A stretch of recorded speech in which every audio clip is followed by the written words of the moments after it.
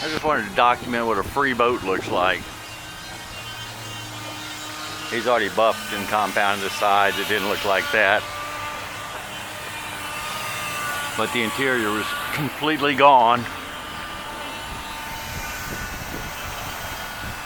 And this is John that's building the interior for it.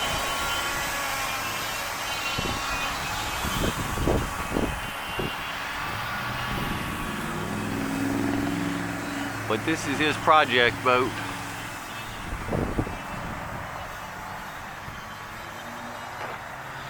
And when he gets done, it'll be nice, since it's his personal